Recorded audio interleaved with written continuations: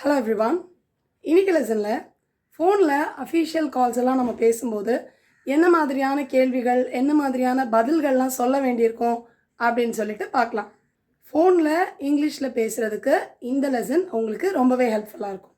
So நம்ம ஒரு இடத்துக்கு ஃபோன் பண்ணிவிட்டு ஒருத்தங்க கிட்ட பேசணும் அப்படின்னா அவங்க இருக்காங்களா, அவங்கக்கிட்ட பேச முடியுமா அப்படியெல்லாம் கேட்குறதுக்கு எப்படியெல்லாம் கேட்கலாம் அப்படின்னு சொல்லிட்டு பார்க்கலாம். ஃபர்ஸ்ட் ஒன், ஒரு சாம்னு ஒருத்தர்கிட்ட நம்ம பேசணும் அப்படின்னா can I speak to mister சாம் அப்படின்னு சொல்லிட்டு கேட்கலாம். இது கொஞ்சம் நார்மலான ஒரு formal tone.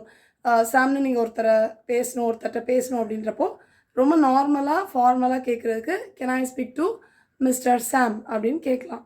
Next one, manager கூட கொஞ்சம் பேசணும், கொஞ்சம் கனெக்ட் பண்ணுறீங்களா அப்படின்னு கேட்குறதுக்கு good you connect me to the manager அப்படின்னு சொல்லிட்டு சொல்லலாம். இதே இது நீங்கள் கஸ்டமர் சப்போர்ட் கிட்ட பேசணும் அப்படின்னு நினச்சிங்க அப்படின்னா may I speak to the customer support அப்படின்னு சொல்லிட்டு கேட்கலாம். இதில் மே ஐ குடாய் அப்படின்றதுலாம் ரொம்ப பொலைட்டாக கேட்குறது. கேன் அப்படின்றது கொஞ்சம் நார்மலாக கேட்குற மாதிரி இருக்கும். So mostly could and may use பண்ணுறது better. Next one, I would like to speak to mister Sam. நான் சாம் கூட பேசணும் அப்படின்னு சொல்லிட்டு சொல்லலாம். இப்போ ஏதாவது ஒரு கால் வந்துச்சு அப்படின்னா நீங்கள் யார் பேசுகிறது அப்படின்னு நம்ம கேட்போல, அதை எப்படி கேட்கலான்னு பார்க்கலாம். மே ஐ நோ ஹூ ஆம் ஐ டாக்கிங் டு. நான் யார் கூட பேசுகிறேன்னு தெரிஞ்சுக்கலாமா, நீங்கள் யார் அப்படின்னு கேட்குறது தான் ரொம்ப பொலைட்டாக மே ஐ நோ ஹூ ஆம் ஐ டாக்கிங் டு அப்படின்னு கேட்கலாம். Next one, may I know your name. உங்கள் பேர் என்னன்னு தெரிஞ்சுக்கலாமா அப்படின்னு சொல்லிட்டு கேட்கலாம். நிறைய பேர் இதில் குட் நேம் அப்படின்னு சொல்லுவாங்க. May I know your good name அப்படின்னு. குட் நேம்னு நம்ம சொல்ல தேவையில்லை, may I know your name அப்படின்னு சொல்கிறது தான் கரெக்டாக இருக்கும். Next one, may I know who speaking அப்படின்னு சொல்லிட்டும் கேட்கலாம். Then may I know who's this அப்படின்னும் கேட்கலாம்.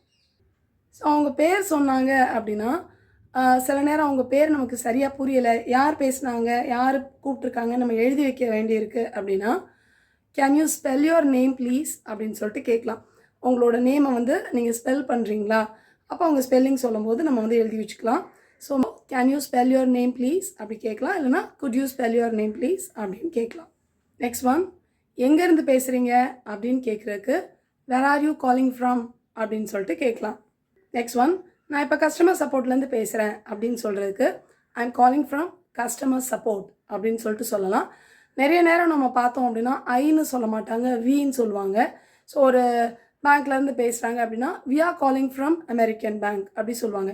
ஸோ ஐஎம் அப்படின்னு சொல்லிட்டு பர்டிகுலராக அவங்கள மட்டும் சொல்லாமல் பொதுவாக சொல்கிற மாதிரி we are calling from American bank அப்படின்னு சொல்லுவாங்க. ஸோ நீங்களுமே கூட உங்களோட கம்பெனிலேருந்து நீங்கள் பேசும்போது அவங்களோட ஒரு ரெப்ரசன்டேட்டிவாக பேசுகிறதுனால ஐன்னு சொல்லாமல் வி ஆர் காலிங் ஃப்ரம் அப்படின்னு கூட சொல்லலாம். நெக்ஸ்ட் ஒன், யாராவது உங்களுக்கு கால் பண்ணியிருக்காங்க, கால் பண்ண உடனே ஓகே உங்களுக்கு என்ன வேணும் அப்படின்னு சொல்லிட்டு கேட்போம்ல. ஸோ உங்களுக்கு என்ன வேணும் அப்படின்னு நம்ம கேட்குறக்கு how can I help you அப்படின்னு சொல்லிட்டு கேட்கலாம். ஸோ என்ன வேணுன்றதை வாட் யூ வாண்ட் அப்படிலாம் நம்ம கேட்கக்கூடாது இங்கிலீஷில். வாட் யூ வாண்ட்ன்றதெல்லாம் ரொம்ப ரூடாக கேட்குற மாதிரி இருக்கும். ஸோ நம்ம எப்போவுமே என்ன வேணும்னு கேட்குறக்கு how can I help you அப்படின்னு சொல்லிட்டு கேட்கலாம். நெக்ஸ்ட் ஒன், அவங்க ஏதாவது கேட்குறாங்க, நீங்கள் வேறு இடத்துக்கு அந்த லைனை கனெக்ட் பண்ணணும் அப்படின்னா அவங்களுக்கு கொஞ்சம் வெயிட் பண்ணுங்கள் அப்படின்னு சொல்லுவோம்ல, அந்த மாதிரி வெயிட் பண்ணுங்கள் அப்படின்னு சொல்கிறதுக்கு ஹோல்ட் த லைன் ப்ளீஸ் அப்படின்னு சொல்லலாம். இல்லைனா can you hold on please அப்படின்னு சொல்லலாம். நெக்ஸ்ட் ஒன், யாராவது உங்களுக்கு கால் பண்ணி இப்போ மேனேஜர் இருக்காங்களா அப்படி கேட்குறாங்கன்னா அவங்க இல்லை அப்படின்னா he is not available now அப்படின்னு சொல்லலாம். இல்லை he is not available at the moment அப்படின்னு சொல்லலாம். ஸோ அவங்க இல்லை அப்படின்னோடனே சரி அவங்கக்கிட்ட சொல்லணுமா, நீங்கள் ஏதாவது சொல்ல வேண்டியிருக்கா, ஏதாவது மெசேஜ் அவங்கக்கிட்ட சொல்ல வேண்டியிருக்குமா அப்படின்னு நீங்கள் கேட்கணும்னு நினச்சிங்கன்னா do you have any message to convey அப்படின்னு சொல்லிட்டு கேட்கலாம். அப்படி இல்லைனா is there any message to convey அப்படின்னு சொல்லி கேட்கலாம். அப்படி இல்லைனா is there any message for him அப்படின்னு கேட்கலாம். நெக்ஸ்ட் ஒன், நீங்கள் அவங்கக்கிட்ட கொஞ்சம் நேரம் கழித்து கால் பண்ண முடியுமா அப்படி சொல்லணும் அப்படின்னு நினச்சிங்கன்னா could you call back later அப்படின்னு சொல்லிட்டு சொல்லலாம். இப்போ அதே மாதிரி அவங்க கூப்பிடும்போது அவங்க கேட்குற ஆள் அப்படி இல்லவே இல்லை, அந்த மாதிரி பேரில் அங்கே யாருமே இல்லை அப்படின்னா is nobody here by that name அப்படின்னு சொல்லலாம். இல்லை அவங்க ராங் நம்பர் கூப்பிட்ருக்காங்க அப்படின்னா sorry you have dial the wrong number அப்படின்னு சொல்லலாம். நெக்ஸ்ட் ஒன், நம்ம ஃபோன் பேசும்போது முக்கியமாக இந்த வாய்ஸ் பிரேக் ஆகுது, கரகரன் ஆகுது அப்படிலாம் இருக்கும்ல. ஸோ அந்த மாதிரியான விஷயங்கள்லாம் சொல்கிறதுக்கு ஃபஸ்ட்டு உங்கள் வாய்ஸ் பிரேக் ஆகுது அப்படின்னு சொல்கிறதுக்கு sorry your voice is braking அப் அப்படின்னு சொல்லலாம். நெக்ஸ்ட் ஒன், உங்களோட வாய்ஸ் ரொம்ப மெதுவாக கேட்குது அப்படின்னு சொல்கிறதுக்கு sorry your voice is feeble அப்படின்னு சொல்லலாம். நெக்ஸ்ட் ஒன், இப்போ சிக்னல் ரொம்ப கம்மியாக இருக்குங்க, அப்படி வீக்காக இருக்குது அப்படி சொல்கிறதுக்கு sorry signal is weak here அப்படின்னு சொல்லலாம். எல்லா விஷயத்துக்குமே வந்து நம்ம சாரின்றதை சொல்லிட்டு நம்ம சொல்லும்போது ரொம்ப பொலைட்டாக இருக்கும். ஸோ நீங்களும் சொல்லும்போது சாரி ப்ளீஸ் எல்லாம் வந்து எங்கெங்கெல்லாம் சேர்த்துக்க முடியுமோ சேர்த்துக்கலாம்.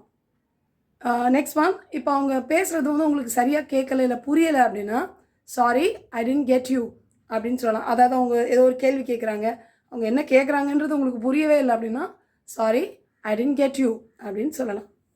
இல்லை அவங்க பேசுகிறது சரியாக காதில் விழலை, சத்தமாக பேசலை அவங்க அப்படின்னா சாரி இட்ஸ் நாட் ஆடிபிள் அப்படின்னு சொல்லலாம். ஆடிபிள்னால் நீங்கள் பேசுகிறது சத்தமாக இல்லை, கேட்குற மாதிரி இல்லை அப்படின்னு சொல்கிறது தான் இட்ஸ் நாட் ஆடிபிள் அப்படின்னு சொல்லலாம்.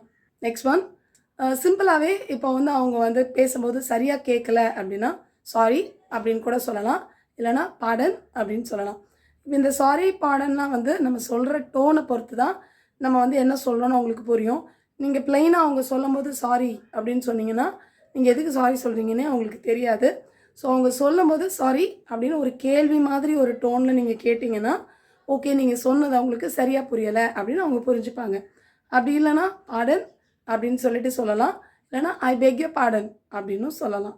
நெக்ஸ்ட் ஒன், நீங்கள் கொஞ்சம் இதை திருப்பி சொல்கிறீங்களா அப்படின்னு கேட்குறதுக்கு good you say it again அப்படின்னு சொல்லிட்டு கேட்கலாம்.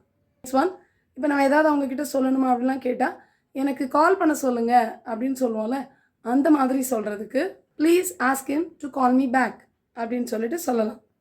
இல்லை அப்படின்னா நான் கால் பண்ணேன்னு அவர்கிட்ட சொல்லிடுங்க அப்படின்னு சொல்கிறதுக்கு please tell him that I called அப்படின்னு சொல்லலாம்.